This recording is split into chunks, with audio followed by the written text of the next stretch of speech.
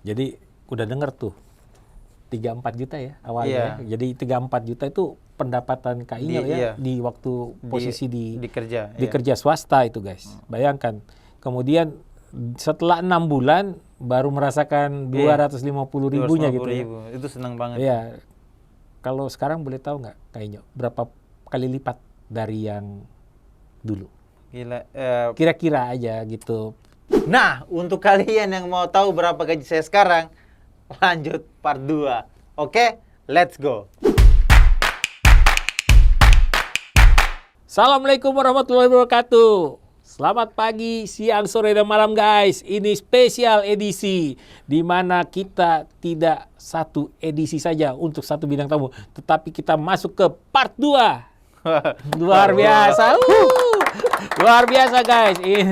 Ini karena topik menarik ya guys. Ini kalian kalau simak dari awal gitu ya, bahwa Kak Inyo itu mulainya gitu ya, kemudian 2 bulan pertama dapat 1.000 ya follower gitu ya, dan sampai dapat 250.000 pertama. Nah, tadi kan udah ditanya tuh, Kak Inyo sekarang berapa sih pendapatannya? Kak Inyo langsung potong, lanjut part 2. Nah, sekarang kita tanya nih, Kak Inyo berapa sih kalinya? Jadi untuk di setahun pertama itu bisa 20 kali. Tahun pertama? Tahun pertama, nah tahun kedua 10 kali. Oh, ada penurunan. Karena kenapa ada penurunan? Karena sekarang di sosial media TikTok itu untuk endorse sudah berkurang karena sudah ada namanya TikTok Shop. Oh, oke.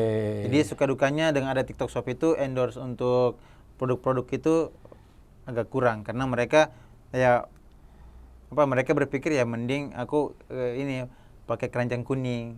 Kasih sampel, mereka dapat komisi. Kalau awal-awalnya kan memang belum ada keranjang kuning, jadi kita belum bisa jualan gitu. Akhirnya dibentuk jualan, akhirnya orang ngendorse-nya di keranjang kuning. Oke, jadi ini menarik nih guys. Jadi soal dari 20 kali ya gitu, wow luar biasa. Kalian udah tahu kan tadi kan di part 1 berapa dapatnya. Nah, sekarang bayangin 20 kali di tahun pertama tapi turun ke 10 kali ya. Jadi kalian juga perlu tahu bahwa tidak selamanya kita itu akan berada di posisi yang terbaik gitu ya di media sosial ya.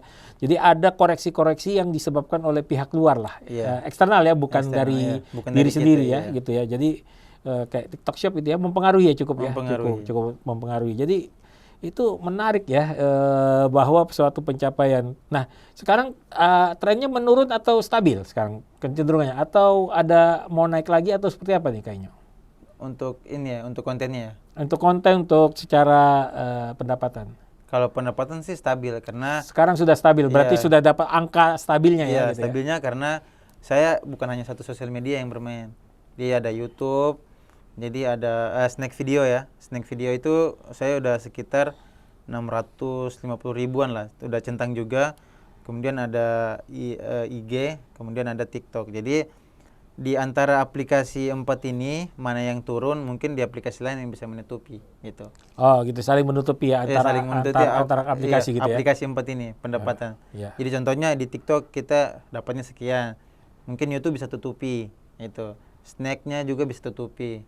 Sebaliknya begitu, mungkin di YouTube bisa kurang, di snack dengan TikTok bisa menutupi. Karena kan kalau di TikTok sendiri dia ada 2 pendapatan, 3 ya sebenarnya pendapatan. TikTok Shop itu komisi, endorse, kemudian live gitu. Kemudian untuk di YouTube itu AdSense. Kemudian di snack video itu setiap video kita dibayar. Di atas 10.000 views itu dibayar $3 kayak gitu. Oke. Jadi kalau IG dia tergantung, dia sama seperti ini, TikTok endorse. Oh, endorse. Jadi sifatnya endorse ya, kalau ada endorse baru jalan, ya nggak ada endorse ya sorry to say ya gitu ya. Oke. Jadi kita bisa lihat ya guys bahwa di dalam dunia media sosial sendiri itu tren naik turun gitu ya tetap ada, tapi tinggal yang membedakan mungkin satu ya, inovasi ya. Iya, inovasi. Jadi kita tetap harus berpikir untuk inovasi terus ya. Berarti apakah Inyo masih belajar atau mendapatkan inovasi berdasarkan inspirasi aja? Kalau aku sih sejauh ini begini, kita bisa dibilang ya, kalau kita bisa bertahan di TikTok dalam kurun waktu 2 tahun itu, saya pikir itu sangat luar biasa. Kenapa saya bilang luar biasa? Karena bertahan dari awal sampai sekarang itu dengan orang-orang baru yang muncul di TikTok itu nggak gampang. Betul. Karena setiap hari TikTok menciptakan orang-orang baru yang bermain TikTok, dan kita kan pemain lama ini. Pemain lama yang orang sudah tahu, kita udah lihat. Nah, alhamdulillah saya selama 2 tahun ini masih bisa fight lah, masih bisa fight. Kenapa saya bilang masih bisa fight? Karena saya merantaunya dari Palu itu ke Jakarta. Ya, kalian bisa lihat lah kehidupan di Jakarta itu seperti apa. Nah, saya mungkin masih bisa bertahan di Jakarta. Menurut saya masih bisa fight dengan orang-orang yang baru. Jadi langkah-langkah yang saya lakukan itu adalah yang tadi, selalu kita menemukan inovasi-inovasi baru. Kayak contoh ya, tren musik, tren video, kemudian tren sound terbaru. Jadi dengan itu kita masih bisa bersaing dengan pemain-pemain baru yang di sosial media. Jadi intinya intinya yang tadi ATM itu, amati, tiru, modifikasi. Saya selalu memakai itu untuk konten. Ya. Walaupun saya bukan penciptanya, tapi saya bisa membawa apa yang orang sudah lakukan, tapi dengan versi saya. Nah, gitu. Itu berarti inovasi tetap ya. Gitu. Iya, inovasi. Jadi, karena saya potong ya, karena setiap hari itu minimal 1 konten, harus rutin. Jadi konsisten itu penting banget di dalam konten. Inovasi konsisten. Konsisten. Nah, dapat di dua kata ya. Iya. Jadi memang tidak dipungkiri ya, memang TikTok, IG, YouTube, snack video, apapun itu ya, aplikasi itu ada masanya untuk hype dia gitu. Pada saat masanya hype, maka pertarungannya akan lebih keras mungkin ya, kayaknya ya, karena semua orang akan masuk ke sana, semua orang kepingin terkenal, semua kepingin ada keinginan untuk menjadi seseorang, ingin dikenal orang gitu kan. Betul. Dan itu membuat pasar semakin ramai gitu ya. Hukum pasar di teori ekonomi juga begitu. Ada pergeseran terhadap equilibriumnya. Keseimbangan pasar akan terkoreksi. Nah, tinggal bagaimana dari sisi Inyo sebagai content creator atau sebagai produk bagi dirinya, produk Inyo. Itu adalah bagaimana tetap bertahan, dan itu menjadi menarik juga gitu ya. 2 tahun itu kelihatannya waktu yang singkat, kelihatannya. Tapi secara media sosial itu waktu yang cukup panjang sekali gitu ya. Karena gue pernah ngalamin juga gitu ya. Gue ngelihat live gitu ya. Gue berhenti live seminggu aja udah orang kelihatannya udah lama sekali gitu gue nggak live gitu ya. Betul. Ya betul ya. Padahal seminggu doang ya. Padahal cuma seminggu. Orang begitu gue live, orang nanya, Bang Zul, udah lama nih, kemana aja? Padahal sebenarnya kan seminggu kita banyak kegiatan yang kita tidak bisa lakukan, sehingga kita tidak bisa melakukan live gitu ya. Sehingga penting itu inovasi dan konsisten. Terkait konsisten, itu gue juga merasakan teman-teman ya guys. Jadi kalau gue udah lama nggak live, begitu live lagi, itu gue PR baru lagi gitu. Tapi kalau udah agak sering gitu, maksudnya sehari gitu ya, konsisten kita live, itu kelihatan tuh.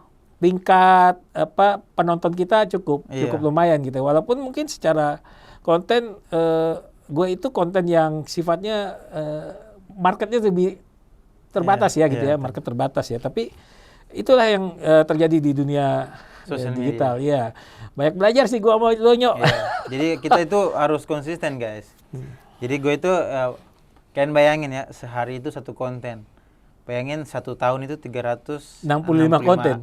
365 hari. Ya kalau sehari 1 berarti sudah setahun itu kita ada 365 konten. Nah, bagaimana kalau kita kontennya itu sampai 2 sampai 3? Bisa mungkin 700 lebih konten. 2 tahun 1400. Kayak gitu. Makanya konsisten itu perlu untuk kita lakukan di dalam sosial media. Jangan karena kayak sedikit yang nonton kita udah patah semangat. Itu proses. Saya yakin itu proses, karena dari situ kita bisa belajar apa yang harus kita improve dari dari yang sudah kita alami. Contoh, kalau kita buat konten prank, mereka kurang suka, mungkin karakter kita nggak cocok kalau nge-prank. Ya kita coba hal baru lagi. Sehingga hal baru tadi itu yang membuat kita mungkin, ini saya cocok. Jadi semua jenis konten kalian coba. kalau untuk pemula ya, semua kalian coba, nanti kalian akan tahu sendiri, oh ini konten yang cocok dengan saya dan penonton, sehingga itu yang membuat kalian nanti bisa jauh lebih berkembang dan harus konsisten. Ya, gitu. Itu tips yang luar biasa tuh dari seorang Inyo Rahmat gitu ya. Iya. Kak Inyo, kita lihat ya gitu ya sekarang ini gitu ya, kalau ngelihat konten-konten gitu ya, kadang-kadang nih challenging ya, ini tantangan ya, antara konten kreator pria sama wanita, beda nggak Kak Inyo? Kalau bicara konten sih enggak. Enggak ya? Cuma yang bedanya kalau live. Kalau live? Iya. Oh. Karena kan kalau kayak kita konten, kan orang ini kalau kita bicara joget ya mungkin penikmatnya laki-laki perempuan yang joget itu ya penikmatnya banyak ya. Yeah. Karena mungkin lihat dari segi face, body. Tapi tapi penonton juga suka dengan hal-hal yang tadinya mereka lagi marah, terus nonton konten kita yang lucu-lucu, yang komedi, mereka bisa terhibur gitu. Jadi ini antara laki-laki sama perempuan kalau di konten itu saya pikir sama aja. Tinggal bagaimana penonton yang ini dia mau yang mana, yang mau joget-joget kah, mau komedi kah, atau mau prank. Seperti itu. Kalau seginya itu ya. Tapi kalau segi live ya sudah pasti kalau kita sebagai cowok nggak bisa menghibur penonton ya kita kalah sama wanita gitu. Oh gitu ya, jadi secara konten kita nggak usah khawatir guys. Ya, cowok nggak ada ini ya. Yang penting nggak ada lawan juga sama dengan wanita. Tapi kalau live ya memang lah kita ngalah lah kita ya. Ini kan laki-laki ya wajar lah. Ya sedikit lah ya yang bisa lebih ini. Dominan lah kalau cewek karena dominan ya. Mereka bisa menjual dalam artian mereka bisa memperlihatkan kecantikan mereka sehingga orang pada tertarik untuk nonton gitu. Oke. Kayaknya ini masih menjanjikan nggak sih konten kreator ini? Sampai sekarang masih menjanjikan. Sampai sekarang masih menjanjikan. Sampai ya mungkin ya karena kan kenapa menjanjikan? Disinilah kita semua mungkin ya warga Indonesia ketika nggak ada pekerjaan, mereka mencari hiburan itu sosial media. Iya betul. Contoh ya jam istirahat nih sambil makan ya ada yang live, ada yang bikin ada yang nonton konten, scroll TikTok sehingga sehingga kita konten kreator itu ya di scroll, contohnya kita scroll ya mungkin konten kita dinonton seperti itu. Jadi sangat menjanjikan kalau konten kreator mungkin dari 2020 sampai sekarang itu masih menjanjikan. Masih menjanjikan ya kayaknya ya, luar biasa ini. Kayaknya kalau jadi konten kreator kan kelihatannya dunianya senang-senang gitu ya, atau ada sebagian mengatakan dunia flexing gitu ya, dunia flexing, bagi-bagi uang atau segala macam gitu ya. Ada dukanya nggak sih? Kan kalau kita lihat kan, woi guys happy. Atau memang ada sih kalau kita lihat sebagian konten-konten sedih ya, konten-konten yang minta dikasihani gitu ya. Kalau menurut versi gue gitu, nggak tahu kalau menurut versinya. Apakah ada dukanya gitu? Ada antara konten suka duka, ini bicara konten dulu, suka duka yang konten suka maupun yang konten duka gimana? Terus yang kedua, suka dukanya secara personal seperti apa?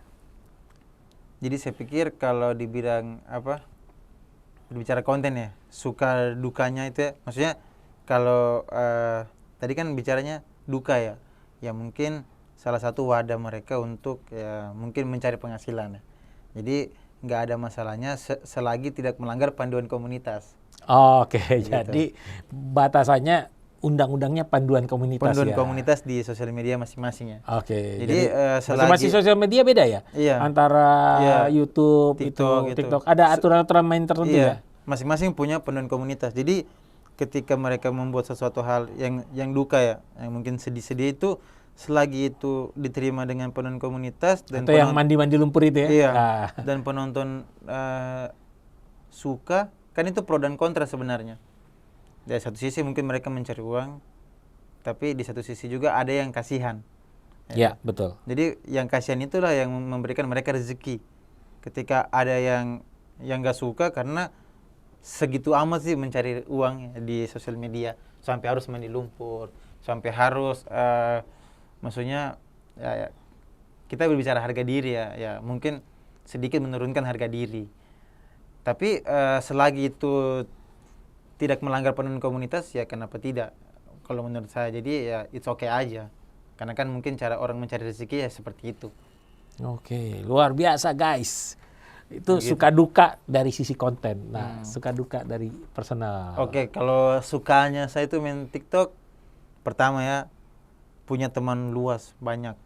Mau yang gak kenal sampai yang kenal, mungkin dari sesama konten kreator, kita bisa ketemu artis, kita bisa ikut acara-acara komunitas YouTube yang besar, komunitas TikTok yang besar, komunitas snack, komunitas Instagram.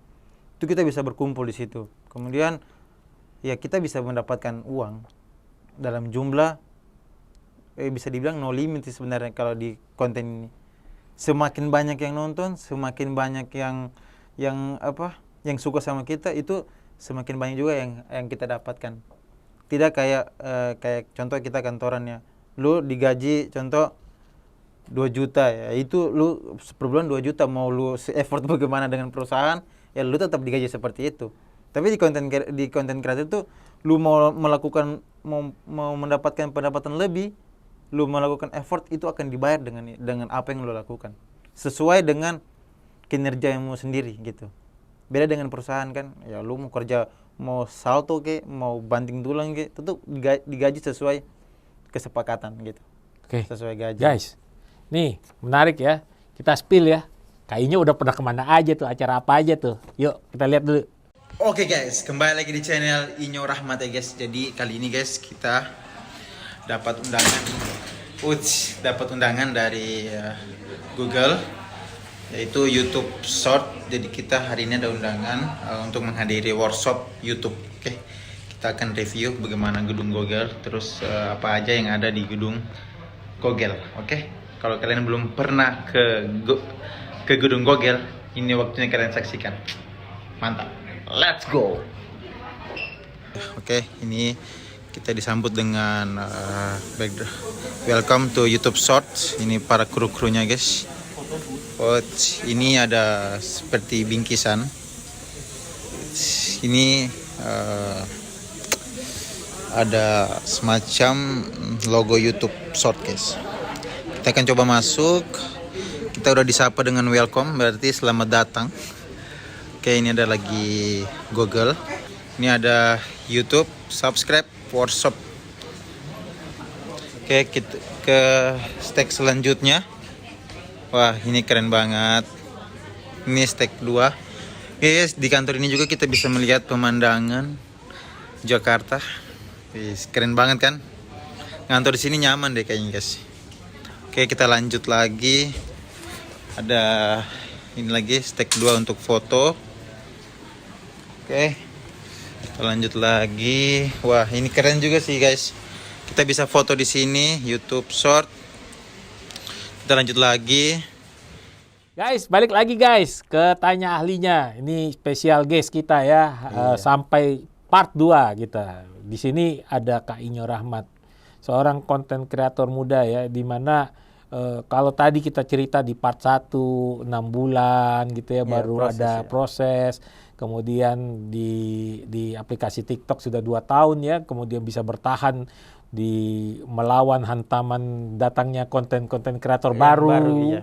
Kemudian adanya perubahan kebijakan panduan komunitas, itu juga mempengaruhi ya. Mempengaruhi karena kemudian algoritma juga mempengaruhi. Algoritma, karena tentunya yang pemilik aplikasi ingin sebanyak-banyaknya orang menonton, sebanyak-banyaknya orang untuk berpartisipasi dalam aplikasi, sehingga mereka juga melakukan inovasi-inovasi lagi. Nah, tinggal kita kan gitu, pemain kecilnya, konten kreator itu kan pemain kecilnya, melawan aplikasi yang besar gitu ya. Iya. Nah, Bagaimana kita menggunakan aplikasi itu dengan mengikuti panduan komunitas. Karena kan di awal-awal ya saya mau upload konten apapun diterima aja. Tapi sekarang semua terfilter. Ketika kita upload, dia menunggu tinjau. Kalau dia melanggar panduan komunitas, langsung dihapus, langsung ada peringatan seperti itu. oh, jadi kita mesti jaga betul ya. Sering kena peringatan. Wah, sering banget. Pernah tuh akun gue 2 kali hilang gitu. Yang 7,8 itu 2 kali hilang gitu. 2 kali hilang ya. Udah hilang kabar, tapi ya alhamdulillah bisa kembali dalam sehari aja. Oke. dia bisa kembali tuh. Jadi nggak berat-berat amat ya sebenarnya. Nggak berat-berat amat. Tapi udah kapok ya? Atau masih mau nyoba lagi? Enggak mau, udah kapok. Soalnya kan untuk mendapatkan 7,8 M itu tidak mudah, guys. Serius, itu butuh perjuangan. Cuma kan kalau lihat sekarang saya, enak ya 7,8. Ya kalian nggak lihat 2 tahun lalu saya ngapain semua, guys. Kayak gitu. Iya, betul. Jadi kalau sudah sampai hilang, bangkitnya gimana ya gitu. Iya, susah banget. Kalau kita perhatiin juga gitu, banyak teman-teman gitu ya yang mendapatkan kalau di TikTok tuh cukup panduan komunitasnya ketat sekali ya gitu ya. Ketat sekali. Sehingga kena ban ya, ada yang ban permanen live, ada yang ban permanen akun gitu ya. Iya. Itu cukup membuat luar biasa gitu ya, karena di dalam dunia per-TikTokan itu kelihatan benar tuh ada tulisan misalnya akun dua, iya. ada akun kedua. Jadi ini memang cukup ini ya, kita sebagai konten kreator harus mengikuti betul ya panduan komunitas, jangan kita lawan ya. Iya. Melawan panduan komunitas habis ya ini ya. Karena kalau mengikuti panduan komunitas kita harus siap dengan konsekuensi yang mereka berikan. Jadi contohnya kalau mereka bilang ini nggak boleh, kita nggak harus lakukan itu. Ketika kita lakukan ya udah siap-siap aja. Siap-siap ya. Nah tadi kan itu kan ini kita udah berbicara apa namanya sukanya, dukanya jadi konten kreator ini. Nah, dukanya gimana dong? Oke, gue cerita ya. Ini sampai dia ingetin loh. Itu berarti dinotis banget tuh. Kita bicara duka nih. Dukanya ini sumpah. Sebenarnya yang duka yang paling utama itu ketika kita membuat suatu konten tidak FYP, sakit. Langsung terasa itu? Sakit banget. Karena gini, kita itu sudah punya ekspektasi tinggi nih. Waduh, kita buat konten nih. Kita buat konten, ya walaupun konten receh ya. Tapi ketika itu kita harap bisa masuk beranda FYP dan tidak FYP, kita kayak apa sih yang kurang gitu. Kita harus mencari gimana ya biar bisa FYP. Jadi kalau di saya sih itu sedihnya itu ketika konten saya tidak FYP. Oh, sering gitu. Kalau dulu 1-2 bulan, 3 bulan, 4 bulan itu sering. Ukuran KI-nya tidak FYP itu berapa? Kalau saya dalam sih, berapa hari gitu. Itu kan ukurannya seperti itu kan? Kalau saya sih bukan berapa hari, Bang sih. Kalau saya ukuran saya pribadi ya. Saya sih kalau udah 100K itu titik aman menurut saya. Oh, jadi 100K ya? Iya, 100K itu udah sudah senang. Maksudnya sudah tidur nyenyak ya. Jadi sebenarnya itu yang buat tidak tidur nyenyak, banyak pikiran itu bukan masalah pasangan atau apa, tidak FYP guys. Serius ini. Kalau tidak FYP, aduh kenapa nggak FYP? Kenapa nggak FYP ya?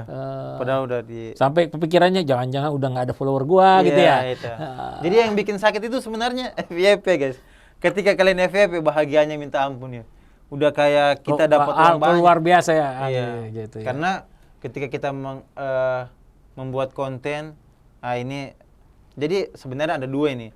Buat konten itu kadang-kadang bisa FYP, kadang-kadang juga tidak, walaupun kontennya mirip-mirip.